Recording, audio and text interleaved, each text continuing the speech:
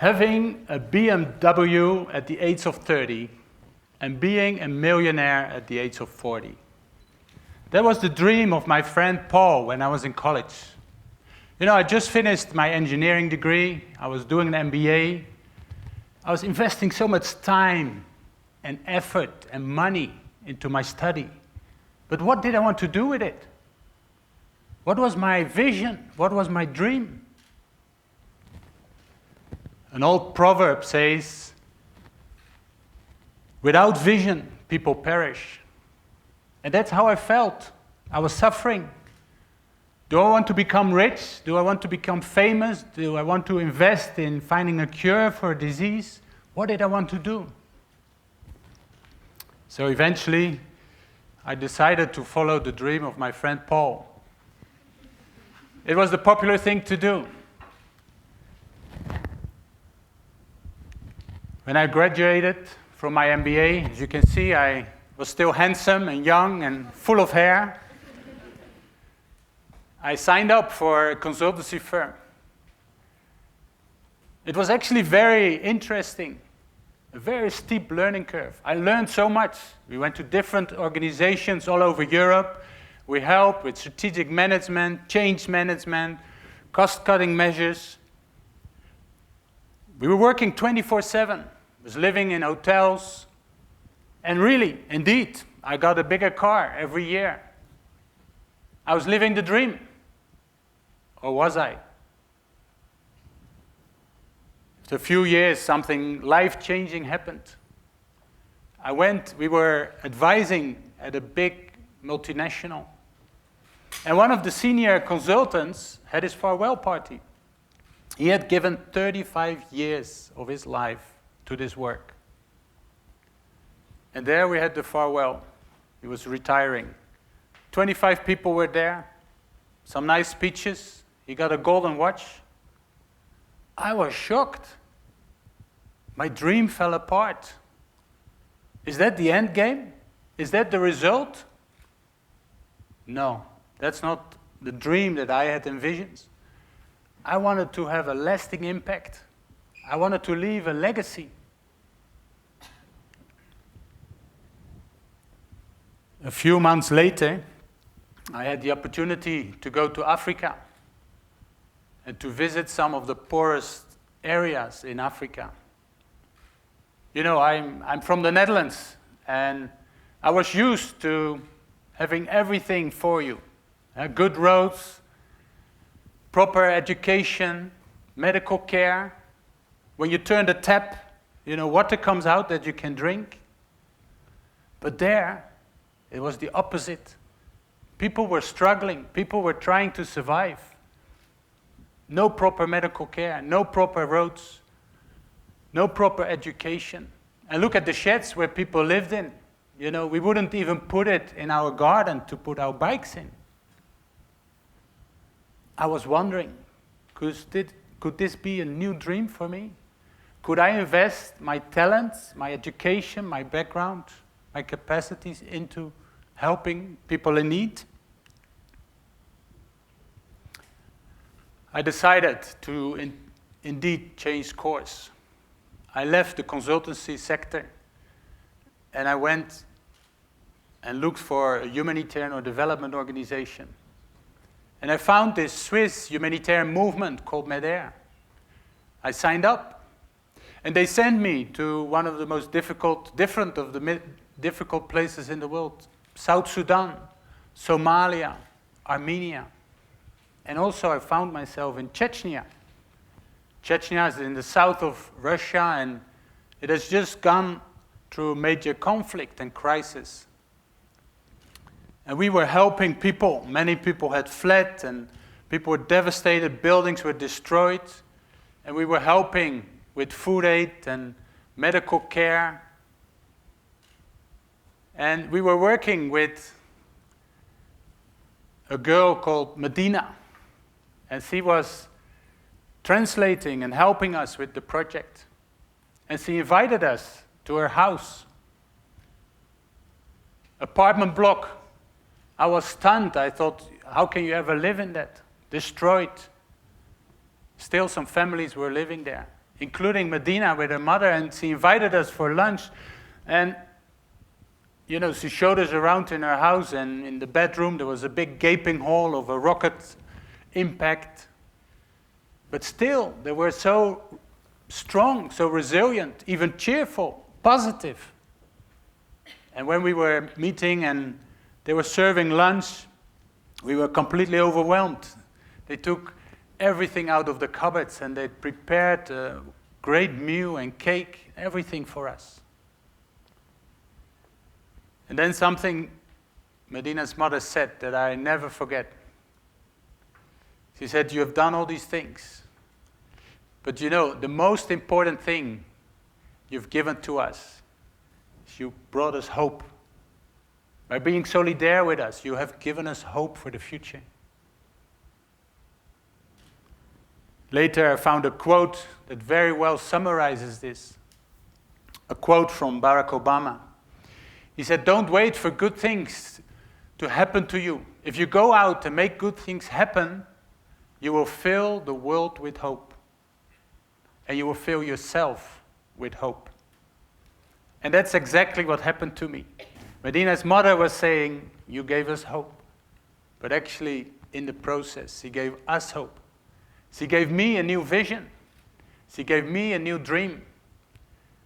It's a dream of providing humanitarian aid and support to people in need. So I continued in the humanitarian sector, worked many places in the world with many different organizations. And in 2004, I found myself in Sri Lanka. And in December 2004, one of the worst earthquakes happened. And as a result, one of the worst tsunamis happened in recorded history. 14 countries were devastated.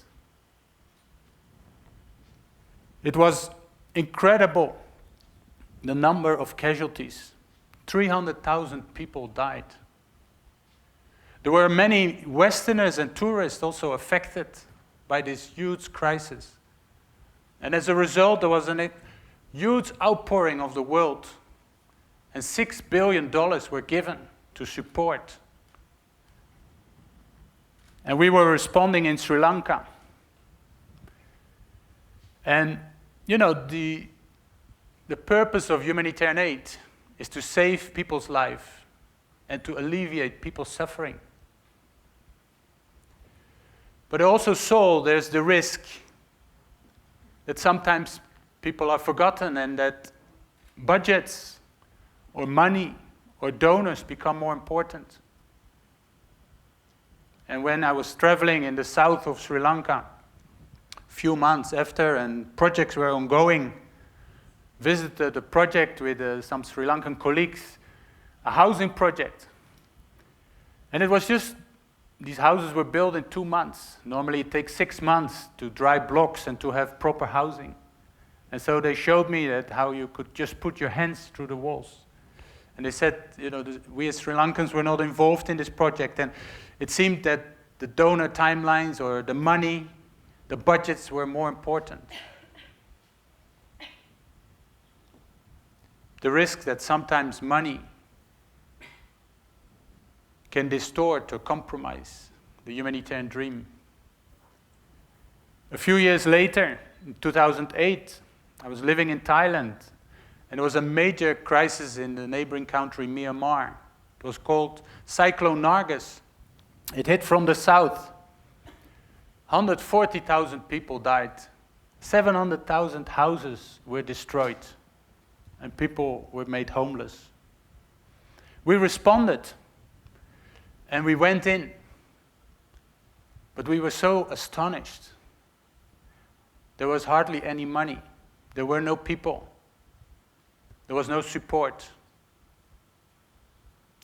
There was no media. It was what we call a forgotten crisis.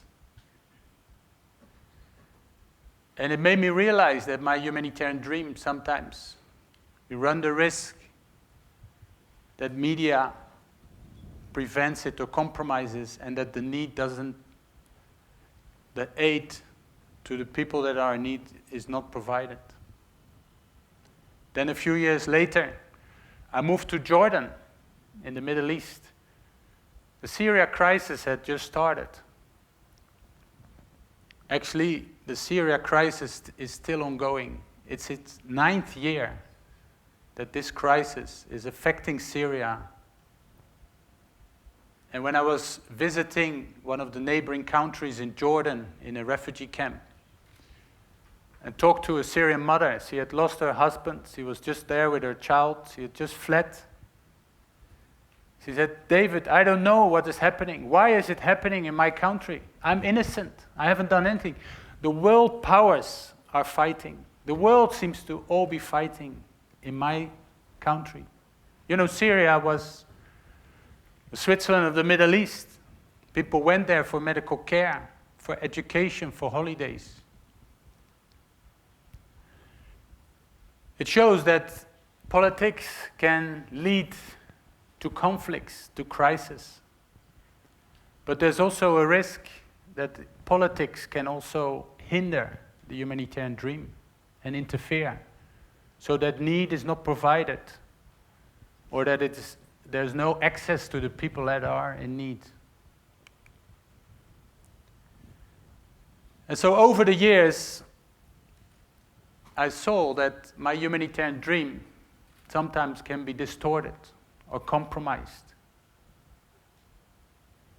And that the humanitarian sector can become an industry, and that money or media or politics are more important than the people that we're trying to help.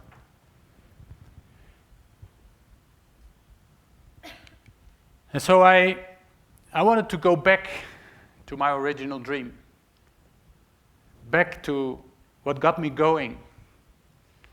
And I went back to this Swiss humanitarian movement. And they brought me again to South Sudan. So 20 years ago, I worked there. And then a few months ago, I went again back. 20 years ago, we were working in a place in South Sudan, it's called Jomshir. And we found a boy called Anual. He was 13 years at that time. And he was rejected by his community. So he came to our compound and he helped us.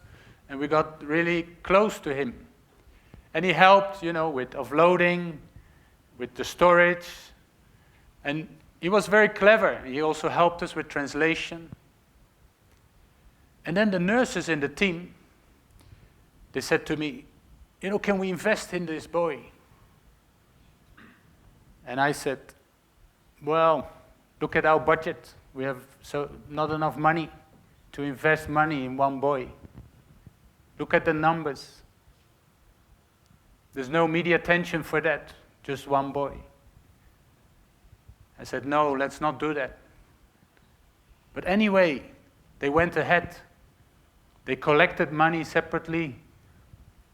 They invested in him. They gave him training and helped him to get training in South Sudan, and then in Kenya, and eventually even in the UK.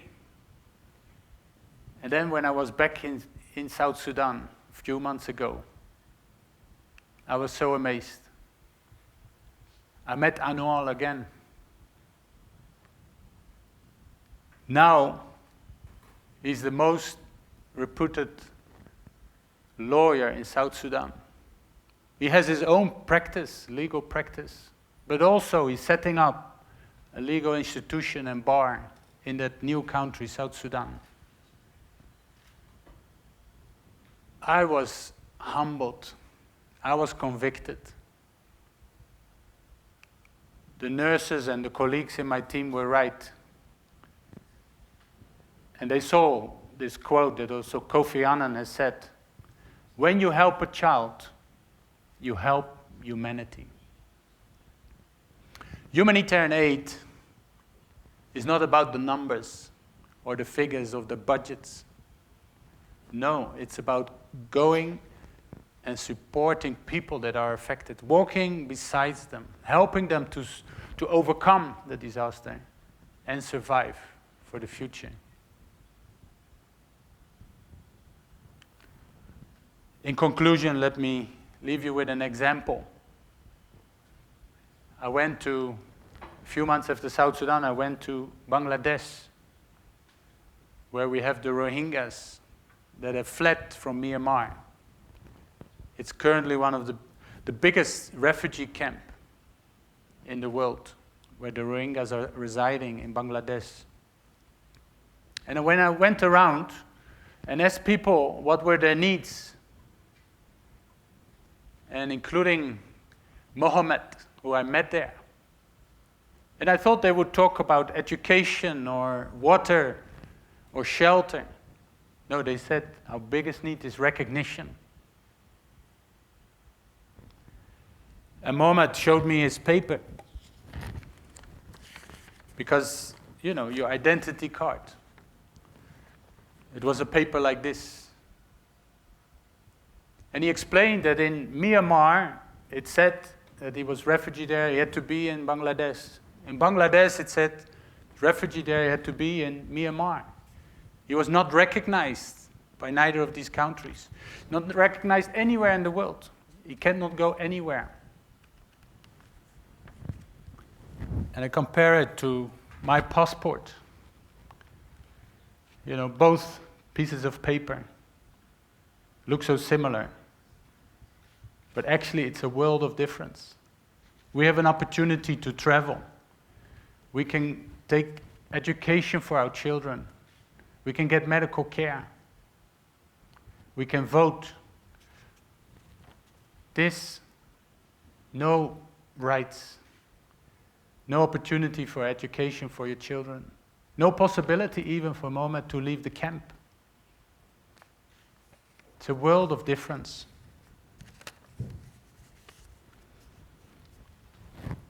We continued talking. And then Mohammed became very cheerful. He said, you've helped me to be a volunteer in a program, a nutritional program, where we help children with food and support them with medical care. And he said, you've helped me because now I'm not sitting in my hut in the refugee camp.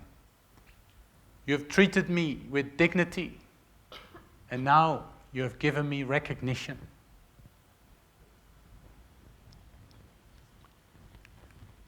Let me leave you with this quote, again from Barack Obama. Every life must be given the chance to realize its full potential, because each life matters. It applies to Medina, it applies to Anwar, it applies to Mohammed. It also applies to you and me. I shared with you my dream. My question to you is, what is your dream? Thank you very much.